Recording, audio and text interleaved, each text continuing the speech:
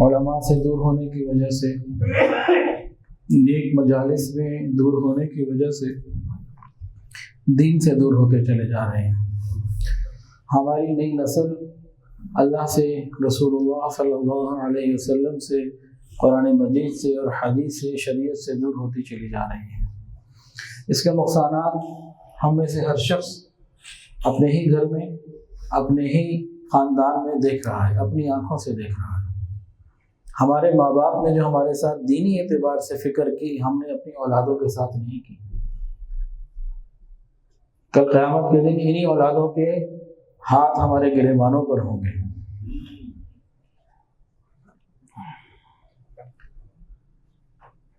اسلام دین فطرت ہے۔ اس کے جتنے احکامات ہیں وہ سب فطرت کے تقاضوں کے مطابق ہیں۔ مرد اور عورت کہیں پہ دونوں برابر رکھے گئے اور کہیں پہ ان کے اندر تقسیم ان کی فطری تقاضوں کے مطابق رکھی گئی۔ دونوں کا دائرہ عمل الگ الگ ہے، ان کی جسمانی، ان کی ذہنی اور قلبی کیفیات کی وجہ سے، صلاحیتوں کی وجہ سے۔ مرد اور عورت کی صلاحیتیں جدا جدا ہیں۔ شریعت نے، فطرت نے اس بات کو سمجھتے ہوئے کہ دونوں کی صلاحیتیں جدا جدا ہیں، ان کو احکامات بھی الگ الگ دیے، دائرہ عمل بھی الگ الگ دیے۔ نماز تو دونوں نے پڑھنی ہے، تو بعض جگہ برابر ہیں، لیکن بعض جگہ تقسیم کو رکھا ان کی فطری استعداد کے مطابق۔ آج کفر بھی عورت کی فطری استعداد کو سامنے رکھتے ہوئے بعض چیزوں میں ان کو الگ رکھتا ہے، مرد کو الگ رکھتا ہے۔ مثلا ٹینس کو دیکھ لیجئے، گرینڈ سلام ہوتا ہے نا، تو مردوں کے لیے 5 سیٹس کا ہوتا ہے، عورتوں کے لیے 3۔ جو اس کا کوڈ ہوتا ہے مردوں کے لیے بڑا ہوتا ہے، عورتوں کے لیے چھوٹا۔ وجہ سمپل سی بات ہے کہ عورت کے اندر اتنی قوت ہے، اس کو وہ مانتا ہے۔ اب یہاں برابری کی بات نہیں کرتا کہ ان کا کوڈ بھی بڑا ہو۔ پھر جتنے بھی فزیکل گیمز ہیں، جتنے بھی اسپورٹ فزیکلی ہیں، جیسے ریسلنگ ہے، کرکٹ ہے، فٹ بال ہے، اس میں عورتوں کی ٹیمیں الگ ہیں، مردوں کی الگ ہیں، ان میں مقابلے ہوتے ہیں۔ کیا کبھی آپ نے ایسے دیکھا کہ 11 کھلاڑی مرد ہوں اور سامنے مقابلے میں 11 کی 11 عورتیں ہوں فٹ بال کے میدان میں، پھر مقابلہ ہو؟ اگر یہ ہوگا بھی تو بچوں والی بات ہوگی، کوئی بھی اس کو سنجیدہ نہیں لے گا، مذاق سمجھے گا۔ ایک فن کے طور پہ تو ہو سکتا ہے، اسپورٹس کے طور پہ نہیں ہو سکتا۔ اب کرکٹ کے اوپر پچ پہ کھڑا ہوا بیٹسمین اگر چھکا مارے تو گراؤنڈ سے باہر بھی بال پھینک سکتا ہے، لیکن عورت کھڑی ہو تو وہ تو نہیں کر سکتی۔ تو وہاں وہ اس کو سمجھتا ہے کہ فرق ہے۔ لیکن ہماری وہ عورتیں، ہماری وہ بچیاں، ہمارے وہ نوجوان جو علماء سے دور، دین سے دور ہیں، ان کو آزادی نسواں، عورت کی آزادی کے نام پر غلط پٹیاں پڑھانے پہ کفر کامیاب ہو چکا۔ دونوں کے دائرے عمل الگ الگ ہیں۔ جب ہم فطرت کو دیکھیں، عورت کی جسمانی ساخت کو دیکھیں، مرد کی جسمانی ساخت کو دیکھیں، مرد کی جسمانی ضروریات کو دیکھیں، عورت کی جسمانی ضروریات کو دیکھیں، تو عقل تسلیم کرتی ہے کہ الگ الگ معاملہ ہے، برابری نہیں۔ مثال کے طور پر گھر میں بچہ رو رہا ہو اور آپ کے 3-4 بچے ہوں، ایک رو رہا ہے، ایک کو بخار ہے، اور آپ کی بیوی کہہ دے کہ جی ذرا اس کو آدھا گھنٹہ ذرا تسلی دیں، تو کتنا مشکل گزرتا ہے وہ آدھا گھنٹہ۔ میری بھانجی ہے، ہم سب کے گھروں میں یہ معاملہ ہوتا ہے کم و بیش۔ میری بھانجی شادی سے پہلے کہیں ذرا سا ہاتھ پہ مٹی لگ جائے فوراً ہاتھ دھونا، بیٹھنے سے پہلے دیکھنا یہاں بیٹھنا ہے یا نہیں بیٹھنا، اور لباس میں ہر چیز میں بہت زیادہ جو ہے نا وہ صفائی ستھرائی اور ایک مزاج رکھتی تھی۔ شادی ہو گئی، اب ماشاءاللہ 3 بچے اس کے، اب وہ ساری باتیں ختم، بچوں کی محبت، بچوں کی پرورش اور تربیت، اب وہ بات ختم۔ اب بچے پیشاب بھی کر دیتے تو وہ برداشت، پہلے ذرا سی کوئی چیز لگ جاتی تھی تو وہ یہ کیا ہو گیا۔ ماں کے اندر اللہ نے ممتا کو رکھا، باپ کے اندر مشقت اٹھانے والی ذمہ داری کے جذبے کو رکھا۔ فطری جذبات جسمانی بھی اور ذہنی بھی فرق ہیں، قلبی کیفیات بھی دونوں کی الگ الگ ہیں۔ جب ساری چیزیں الگ الگ ہیں تو شریعت نے دائرہ عمل بھی دونوں کو ان کے مطابق الگ الگ دیا۔ ابھی 8 مارچ آنے والا ہے تو ہمارے یہاں بھی بڑے زور و شور سے نا خواتین کے بارے میں، ان کے حقوق کے بارے میں باتیں ہوتی ہیں۔ اگر ان لوگوں نے ان حقوق کو جو قرآن پاک میں اور حدیث کے اندر عورتوں کو دیے گئے ہیں وہ پڑھے ہوتے اور سمجھے ہوتے تو پھر کسی حقوق کی کسی کو ضرورت ہی نہیں تھی بات کرنے کی۔ غالباً علامہ اقبال کا قول ہے کہ قرآن مجید تو اللہ کی کتاب ہے، اس میں بہت کچھ ہے، لیکن اگر یوں کہا جائے کہ یہ عورتوں کے حقوق کی کتاب ہے، کیونکہ جتنے حقوق عورتوں کے قرآن مجید میں ہیں یہ اقوام متحدہ کے 1975 کے ہونے والے چارٹر میں نہیں ہے، اس بل میں نہیں ہے جو عالمی حقوق خواتین کے لیے بنایا گیا اور پورا مسودہ تیار کیا گیا۔ 30 کے قریب اس میں دفعات ہیں، عورتوں کے حقوق کے بارے میں بات کی گئی ہے اور اس کو ساری دنیا میں نافذ کرنے کے لیے محنتیں ہوتی ہیں عورتوں کے حقوق کے نام پر۔ یہ کیا ہے؟ یہ سارے کا سارا عورت کی آزادی کے نام پر عورت کی بربادی ہے۔ دیکھیے سمجھیں بات کو نا، فطری تقسیم کو سمجھیں۔ عورت بچہ پیدا کر سکتی ہے، بچوں کی پرورش کر سکتی ہے، گھریلو نظام کو سنبھال سکتی ہے، اللہ نے بنایا ایسا ہے۔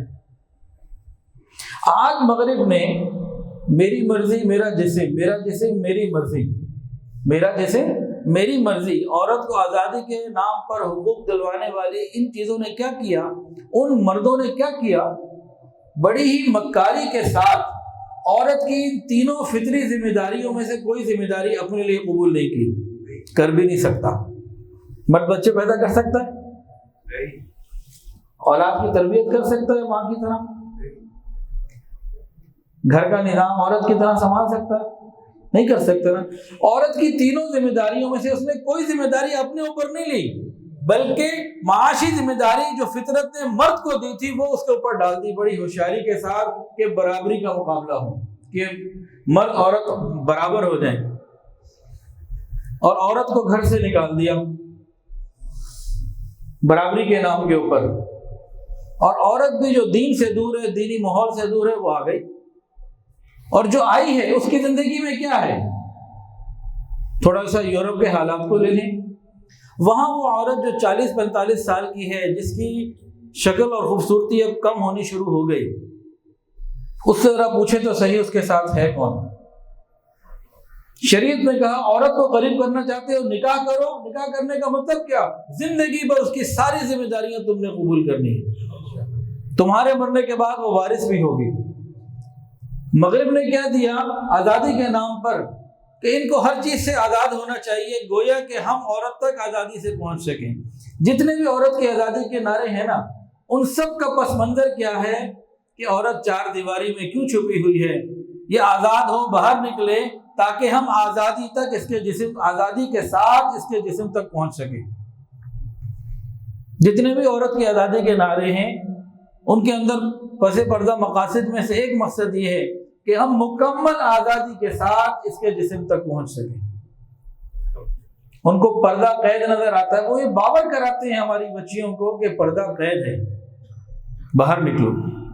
پچھلے سال 8 مارچ کے فوراً بعد قدرتاً ایک صاحب میرے پاس آئے، آنسوؤں سے رو رہے تھے، اور رمضان کے دن تھے، میرے پاس آئے، وہ کہنے لگے کہ جی میری پہلے بیوی کئی مہینے پہلے اب دونوں بچیوں کو بھی لے گئی،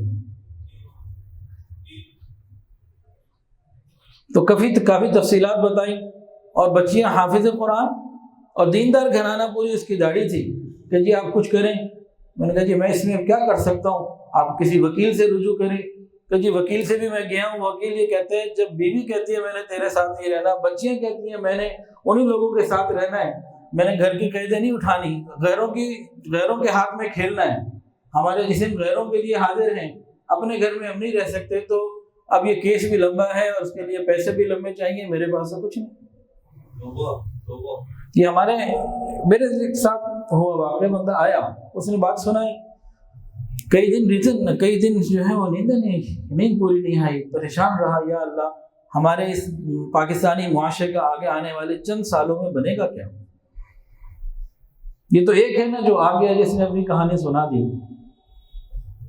تو ان کا مقصد کیا ہے؟ عورت کو یہ سمجھا دینا کہ عورت کو یہ سمجھا دینا کہ پردہ قید ہے، گھر سے باہر نکلو۔ دوسرا مقصد کیا ہے کہ عورت کو یہ سمجھا دینا، عورت کو سمجھا دینا باپ، بھائی اور بیٹا اور شوہر، ان سے نفرت کرنی ہے، ان کی نہیں ماننی،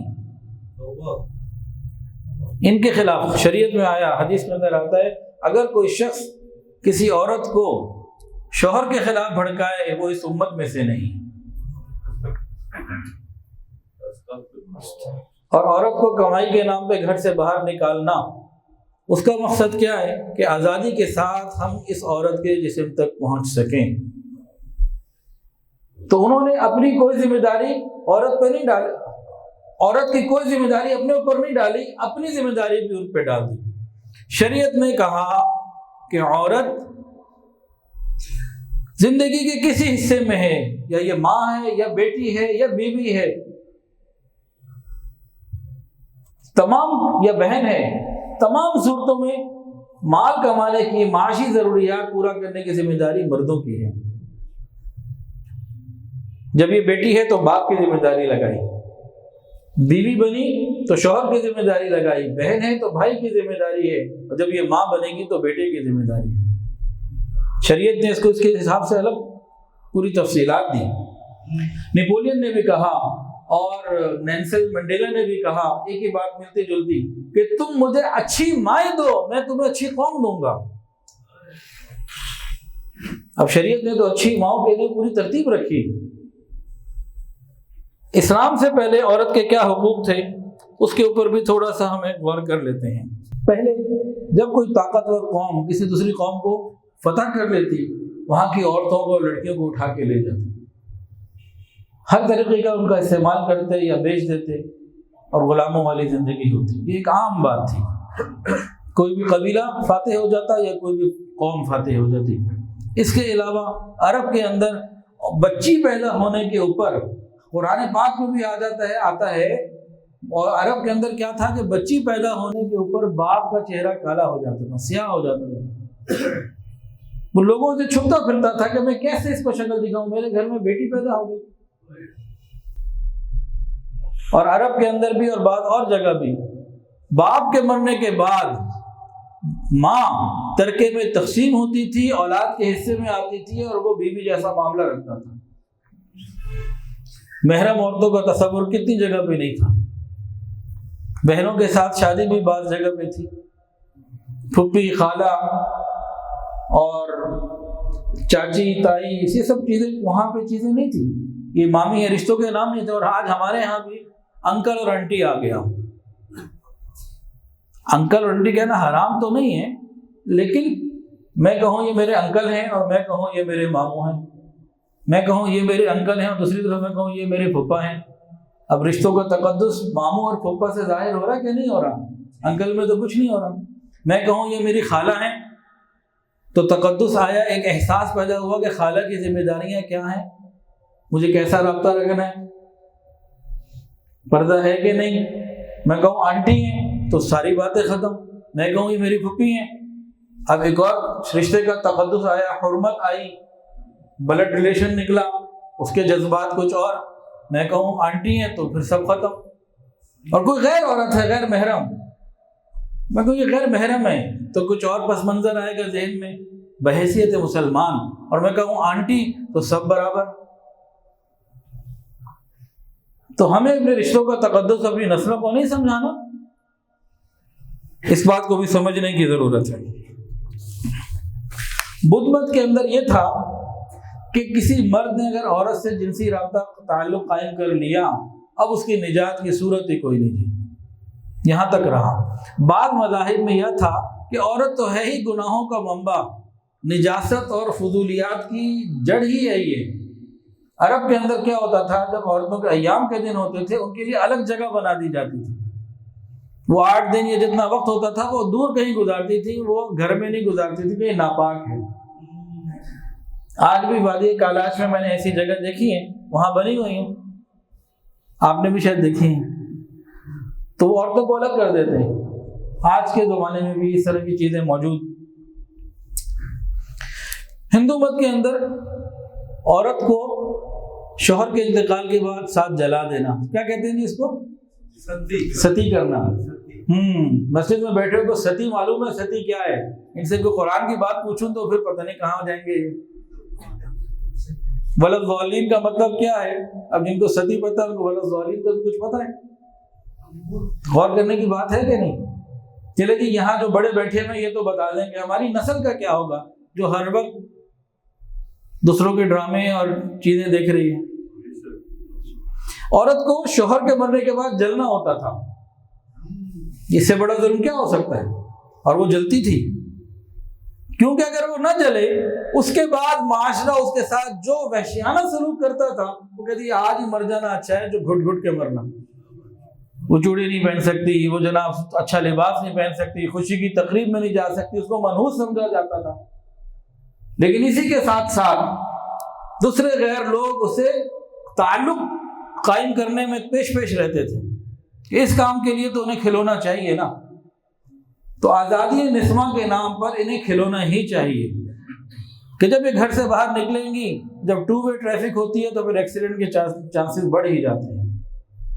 جب سمجھا ہی دیا کہ باپ بھائی اور شوہر سے نفرت کرنی ہے، ان کی نہیں ماننی، تو پھر کسی کی تو ماننی ہے نا، پھر ان بے رحم اور درندوں کی ماننی پڑتی ہے۔ آج مغربی معاشرے میں کسی 40 سالہ عورت کا جا کے غم تو پوچھیں جس کی چہرے کی خوبصورتی ڈھل گئی ہو، نہ اس کے غم میں کوئی شریک ہے نہ اس کی خوشی میں کوئی شریک ہے۔ جو کچھ اس کے پاس آتا جاتا تھا وہ فقط اس کے چہرے کی وجہ سے تھا۔ اگر اولاد ہو بھی گئی تو باپ کا پتہ کوئی نہیں، اولاد جوان ہو گئی تو ماں سے محبت کوئی نہیں، کہ انہیں خود نہیں پتا باپ کون ہے، یہ تو ہر ایک کے پاس آتی جاتی ہے، ہر ایک اس کے پاس آتا جاتا ہے۔ تو ان کی زندگی کے اندر تصور غور کریں کہ بوڑھی عورت کا وہاں تصور کیا ہے، اور یہاں بوڑھی عورت کا تصور جتنی بوڑھی ہے جتنی بیمار ہے۔ چند دن پہلے میں ایک شادی میں گیا، ہمارے رشتے دار گلشن راوی میں رہتے ہیں، خلیل نام ہے ان کا، 20 سال کے بعد ملاقات ہوئی، ابھی حیات ہیں، ان سے کوئی جا کے مل سکتا ہے، شالمی میں ہماری دکان کے سامنے تھوڑا سا آگے ان کی دکان ہے۔ 20 سال کے بعد ملاقات ہوئی، کہنے لگے حافظ صاحب میں 20 سال بعد گھر سے نکلا ہوں، میری ماں کے انتقال کے بعد 20 سال ماں بیمار رہی، میں نے ہر چیز کو چھوڑ دیا ماں کی خدمت کی۔ کیا مغربی معاشرہ یہ بات پیش کر سکتا؟ سوال ہی پیدا نہیں ہوتا۔ وہاں کیا کرتے؟ اولڈ ہاؤس بن گئے، اولڈ ہاؤس میں جا کے یہ کیا کرتے ہیں؟ اب رشتہ داریاں بناتے ہیں، تم میاں بیوی ہو، تم فلاں ہو۔ پہلے رشتہ داریاں ختم کی، خاندانی نظام برباد کر دیا، وہاں کا خاندانی نظام ختم ہو چکا ہے۔ اب وہ ہمارے نظام کے پیچھے کہ اس کو کیسے ختم کیا جائے۔ تو شریعت نے عورت کو فرش سے اٹھا کے عرش پہ پہنچایا، بہت تفصیلات ہیں۔ ماں کے بارے میں فرمایا اس کے قدموں کے نیچے جنت ہے۔ ایک صحابی نے کہا میری والدہ غیر مسلم ہے، فرمایا کہ ماں تو ہے نا، خیال رکھو، وصاحبهما فی الدنیا معروفا۔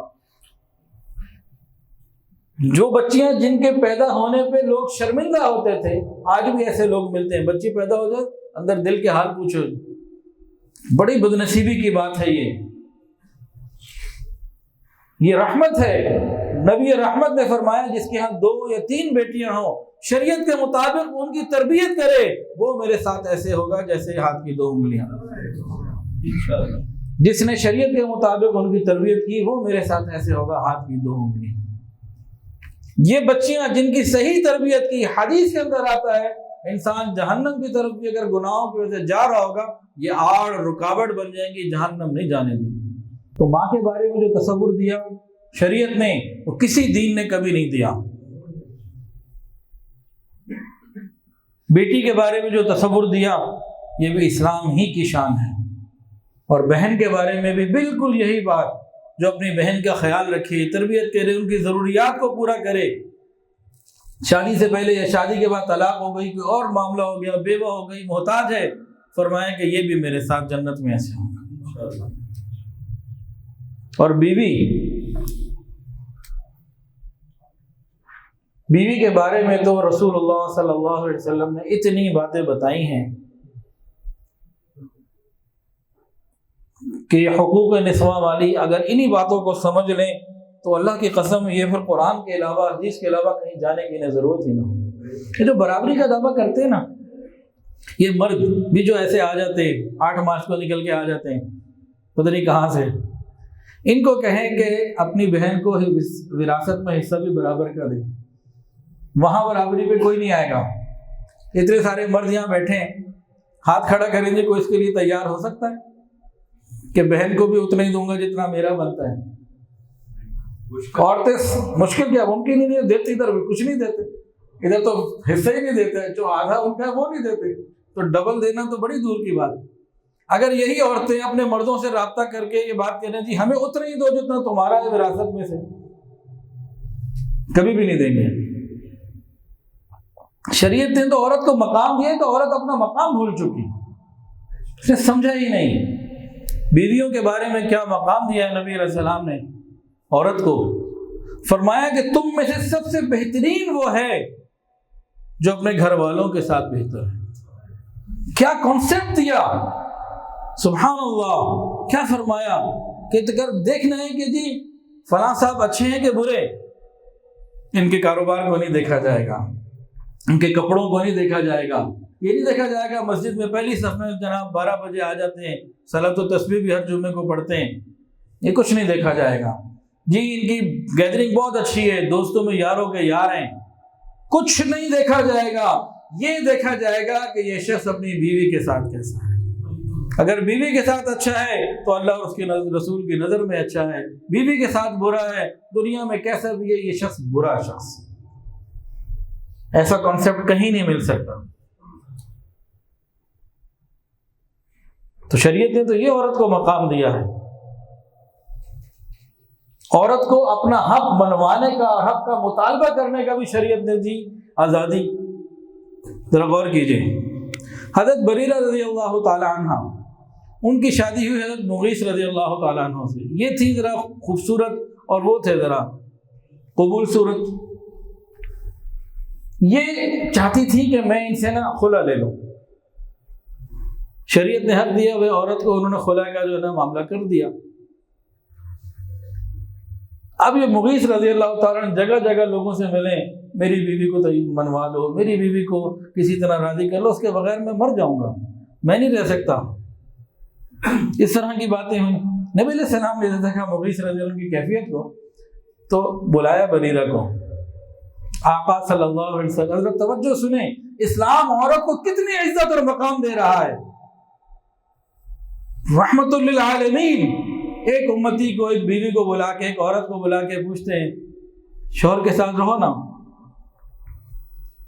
وہ عورت پوچھتی ہے، بریرہ نے پوچھا یا رسول اللہ صلی اللہ علیہ وسلم، یہ آپ کا حکم ہے یا مشورہ ہے؟ حکم ہے یا مشورہ ہے؟ اگر آپ حکم دیں تو پھر جان بھی قربان ہے، پھر تو یہ کوئی بات ہی نہیں۔ نبی علیہ السلام نے فرمایا کہ نہیں، اس فقط مشورہ ہے، اس کے ساتھ رہ لو، گزارا کر لو۔ تو نبی علیہ السلام نے جب یہ کہا، حضرت بریرہ رضی اللہ تعالی عنہ نے اسلام کے دیے ہوئے اس عدل کو، اس نظام کو قبول کرتے ہوئے نبی علیہ السلام سے عرض کی یا رسول اللہ، پھر میں یہ مشورہ قبول نہیں کرتی۔ حضور صلی اللہ علیہ وسلم نے کسی ناراضگی کا اظہار نہیں کیا، بات پوری ہو گئی۔ یہ مزاج اور یہ نظام شریعت کے علاوہ کون دے سکتا ہے؟ یہ الگ بات ہے کہ میرے اور آپ کے گھر میں شرعی نظام نہیں رہا، اس میں غلطی ہماری ہے، اسلام کی نہیں ہے۔ اپنی آزادی رائے کا اظہار، امیر المومنین ممبر پر ہیں، کسی نے کہا جی یہ تو آپ کی قمیض لمبی کیسے ہے، کیوں لمبی قمیض کے ساتھ ہیں، جواب دیں۔ تو اگر آزادی رائے کا اظہار مرد کو ملا، عورت کو بھی ملا۔ حضرت خولہ رضی اللہ تعالی عنہ ایک مرتبہ راستے میں کھڑی ہو گئی، امیر المومنین عمر فاروق گزر رہے تھے، راستے میں روک لیا، ساتھی یہ ساتھ ہیں، اور عمر رضی اللہ عنہ جیسا حکمران جس سے قیصر و کسریٰ اپنے علاقوں میں کامتے تھے، 22 لاکھ مربع میل کا حکمران، روک کے کہا عمر تم وہی ہو نا عکاظ کے میلے میں چلتے تھے، لوگ تمہیں صرف عمر کے نام سے جانتے تھے، کوئی امیر المومنین تمہیں نہیں جانتا تھا، آج ذرا لوگوں میں انصاف کیا کرو۔ تو اسلام نے تو ہر چیز عورت کو عطا کی، غلطی ہماری ہے کہ ہم نے سمجھا ہی نہیں عورت کو اللہ نے اسلام میں دیا کیا۔ شریعت نے کہا تم عورت کے قریب رہنا چاہتے ہو، نکاح کرو، حق مہر دو، زندگی بھر کی ساری ضروریات کو قبول کرو۔ یہ مغربی معاشرہ یہ چاہتا ہے کہ نکاح کو ختم ہی کر دیا جائے بیچ میں سے، اس کی بات ہی نہ ہو، تاکہ جب مرضی جس مرضی عورت کے بعد جانوروں کی طرح آؤ جاؤ جو مرضی کرو، اس کی ذمہ داری دکھ درد میں غم میں شریک ہونا پڑے۔ جس شخص نے نکاح کیا اور مہر ادا نہ کیا، قیامت کے دن زانی کی حالت میں کھڑا ہوگا۔ ہم میں سے کتنے لوگ ہیں حق مہر کے بارے میں فکر نہیں کرتے؟ مجھے کتنے نکاح پڑھانے ہوتے ہیں، لوگ کہتے رہتے ہیں، کوئی نکاح پڑھواتا ہے، کوئی جنازہ پڑھواتا ہے، مختلف چلتا ہی رہتا ہے ماشاءاللہ۔ تو کئی دفعہ، ایک دفعہ نہیں، انہیں نکاح کا ساری تیاری ہوتی، حق مہر کے بارے میں توجہ نہیں کرتے۔ کہیں یہ ہوتا ہے جی حق مہر پوچھو کتنے ہیں، جی آپ بتا دیں، بھائی میری شادی ہے جو میں نے بتانا ہے، اس وقت سوچنے لگ جاتے ہیں۔ اہم چیز جو واجب ہے اس کی فکر نہیں ہے، باقی اور چیزوں پہ بہت ساری چیزیں۔ کئی گھروں میں دیکھا، کئی لوگوں میں حق مہر کتنا جی 5000، فوٹو سیشن پہ 2 لاکھ لگا رہے ہیں، ولیمے پہ لاکھوں روپے لگا رہے ہیں، اور آتش بازی پہ بہت ساری چیزوں پہ پتہ نہیں کتنا پیسہ خرچ کر رہے ہیں۔ اور حق مہر جو واجب ہے، جو عبادت ہے، وہ جی 5000 لکھ لو جی، 6000 لکھ لو جی، وہ 5000 کی تو بکری نہیں آتی۔ اچھا یہ معجل بھی لکھتے ہیں، غیر معجل بھی لکھتے ہیں، دیتے نہیں ہیں تو لکھوا دیتے ہیں معجل۔ حق مہر کے بارے میں پہلی ہی رات پہ دینا جو ہے نا یہ سنت ہے، اور معجل ہی اصل لفظ ہے، اور معجل ہی ہونا چاہیے، پہلے ہی دینا چاہیے۔ ہاں ایک دوسرا لفظ ہے عند الطلب، جس کو معجل بھی لکھ دیتے ہیں، وہ یہ ہے کہ اگر آپ نے طے کر لیا کہ بھی بعد میں دیں گے تو ٹھیک ہے آپ بعد میں دیں گے، لیکن اگر اس نیت سے لکھوایا جائے کہ شیخ صاحب نے پوچھا کہ لکھواتے ہیں کہ قانون کی ایک ضرورت ہے، لوگوں کو منہ دکھانا ہے، نہ دینے کی نیت اگر ہے نا تو قیامت کے دن زانی کھڑا ہوگا۔ یہی تو ابھی بات ہو رہی تھی۔ اور ہمارے معاشرے میں کئی مرتبہ میں نے دیکھا، یہ ہماری غلطی ہے، شریعت کی غلطی نہیں ہے، ہماری غلطی ہے، کمی ہماری ہے۔ جس وقت طلاق آئے اس وقت سوچتے ہیں جی حق مہر دو، بھائی پہلی رات دینا تھا، یا بیوی کا انتقال ہو گیا اب جو اس کی ماں کو دے دو، لا حول ولا قوت الا باللہ۔ شادی کس سے کی تھی؟ حق کس کا تھا؟ اس کی ماں تو اس وقت نہیں ہے، اگر اچھا جی کسی اور کو دے دو، پوچھو اب کیا کرنا ہے، مولوی صاحب سے پوچھو۔ یہ غلطیاں ہماری ہیں۔ شریعت نے تو بیوی کا بڑا حق رکھا۔ حضور پاک صلی اللہ علیہ وسلم آپ وہ دیکھیے، امی عائشہ صدیقہ رضی اللہ تعالیٰ عنہ کے ساتھ ہیں، ایک دفعہ تنہائی تھی، کوئی قریب نہیں تھا، فرمایا دوڑ لگائیں، ریس لگائیں، دونوں نے ریس لگائی، امی عائشہ آگے بڑھ گئی، نبی علیہ السلام نے بڑھنے دیا، وہ جیت گئی، بڑی خوش۔ کبھی کسی کو خوش کرنا بھی جیت ہوتی ہے، ہر دفعہ جیتنا جیت نہیں ہوتی، اگلے کا دل جیت لینا بھی جیت ہوتی ہے۔ پھر ایک اور موقع آیا، عائشہ دوڑ لگائیں، جی لگائیں، دونوں نے دوڑ لگائی، اب نبی علیہ السلام آگے بڑھ گئے، وہ پیچھے رہ گئی، فرمایا دیکھو بھائی تل کا بدلہ ہو گیا آج پورا۔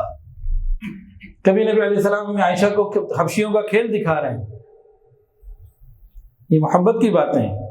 حجۃ الوداع کے موقع پہ نبی علیہ السلام نے جو خطبہ دیا اس میں عورتوں کے حقوق کے بارے میں کہا کہ آگاہ رہو، تمہارے اوپر عورتوں کے حقوق ہیں، ان کو اچھا کھلاؤ، اچھا پہناؤ، ان کی ذمہ داریوں کو ادا کرو۔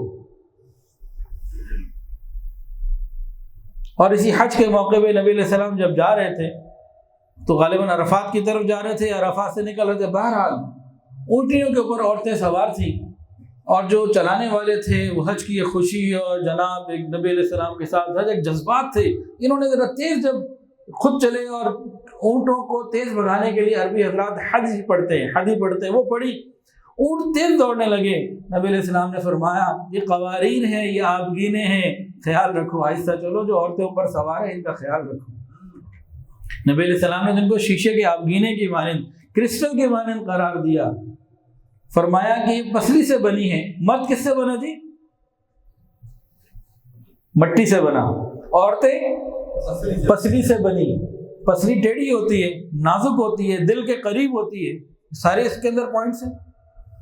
فرمایا کہ عورت پسلی سے بنی ہے، اس کو سیدھا کرنے لگو کہ ٹوٹ جائے گی، اس کے ساتھ ایسے ہی گزارا کرو۔ یہ کوئی غیبت نہیں کی، ہاں آپ نے ہمیں سمجھا دیا کہ کیسے گزارا کرنا ہے، یہ ہمیں سمجھایا گیا ہے۔ اجتماعی معاملات میں مشاورت، ازواج مطہرات سے نبی علیہ السلام کے بعد تو تمام صحابہ نے مشورے لیے، بار بار مشورے لیے، اور یہ مشورہ تو بہت مشہور ہے۔ حضرت عمر فاروق رضی اللہ تعالیٰ عنہ اپنی بیٹی ام المومنین حضرت حفصہ رضی اللہ عنہ کے پاس آئے، پوچھا کہ ایک مرد عورت سے کتنی دور رہے، کتنے دن تک، کہ ایک مرد عورت سے کتنے دن تک دور رہ سکتا ہے؟ انہوں نے یوں اشارہ کر دیا 4۔